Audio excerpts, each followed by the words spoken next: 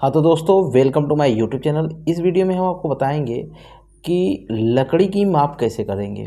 आज हम मार्केट में गए थे, ठीक है, और वहाँ पे लकड़ी ख़रीदने के लिए गए थे। तो लकड़ी का जो मोटा मोटा ये लक्कड़ आप देख रहे हैं पड़ा हुआ है, अब इसकी माप जो है इस तरह से गोलाई में मापी गई, ठीक है, जो कि 53 इंची आई।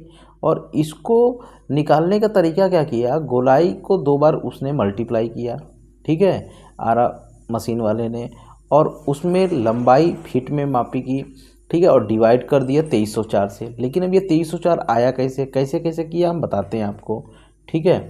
उसने क्या किया, अब ये हमने प्रेजेंटेशन एक बना रखा है, इसमें आपको समझाएंगे। देखिए उसने क्या किया, गोल लकड़ी का आयतन उसने निकाला, गोलाई गुड़े लंबाई और डिवाइड कर दिया 2304 से। मतलब गोलाई जो है पूरा इसे घुमा के लिया, ठीक है, और गोलाई को ही हम परिमाप बोलते हैं, सरकमफेरेंस का बोलते हैं, ठीक है। अगर हमको रेडियस पता रहे तो c = 2πr से भी हम निकाल सकते हैं, लेकिन जो लकड़ी होती है थोड़ा इधर उधर होती है, ठीक है, तो इसलिए गोलाई ही नाप लेता है आरा मशीन वाला, जब आप लकड़ी का जो पूरा खरीदिएगा तो, ठीक है। तो अब ये 2304 आया कैसे, अब कितना क्वांटिटी आया वो भी हम दिखा देते हैं आपको। जैसे कि देख सकते हैं गोलाई आया था 53 इंची, ठीक है, और गोलाई को 2 बार मल्टीप्लाई किया, 53 × 53। उसके बाद लंबाई 7 फीट थी, ठीक है, 7 फीट से मल्टीप्लाई किया और डिवाइड कर दिया 2304 से, जो कि हमने बताया था, ये फार्मूला उसने लगाया, तो 8.53 घन फीट आ गया, ठीक है। ये उसके तरीके से आया, और 2304 कैसे आया वो हमको समझ में नहीं आया, लेकिन हमने कोशिश किया समझने का, तो हमें समझ में आया, ठीक है।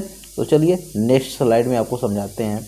जैसे गोलाई परिमाप सरकमफेरेंस जो है, तो गोलाई तो 53 इंच थी, ठीक है, तो वॉल्यूम निकालने का जो फार्मूला होता है वो होता है πr²h, ठीक है, और c = 2πr होता है, ठीक है। सरकमफ्रेंस लेंथ निकालने के लिए 2πr होता है।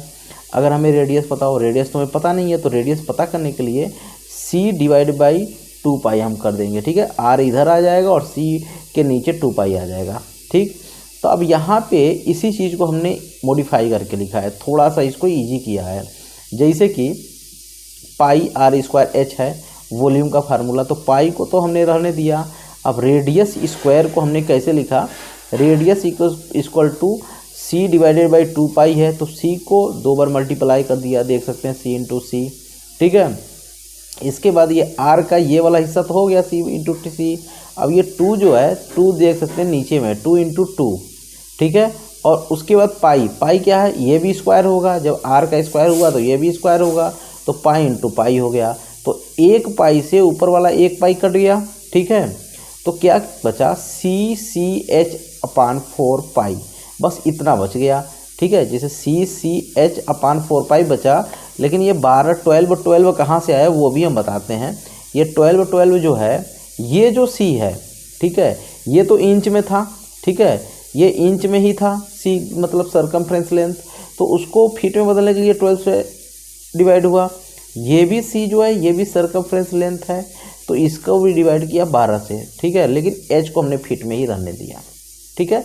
यहाँ से ये फार्मूला बन के तैयार हुआ है। यहाँ से कैसे बना, CCH/4 × 4, ये जो पाई की वैल्यू है 3.14, इनका इसकी वैल्यू जब निकाला तो 4 आया, ठीक है, और उसके बाद 4 ये आ गया, 4 पहले से एक था, ठीक है, और उसके बाद C/12 और H, ठीक है। अब क्या करना है, इन सभी को मल्टीप्लाई जब करेंगे तो 2304 आ जाएगा। तो यहाँ से निकल के आया गोलाई × हाइट डिवाइडेड बाई 2304। तो यहाँ से हमें समझ में आया कि ये ऐसे निकलेगा, ठीक है। आई थिंक आपको भी समझ में आ गया होगा। तो मिलते हैं नेक्स्ट वीडियो में।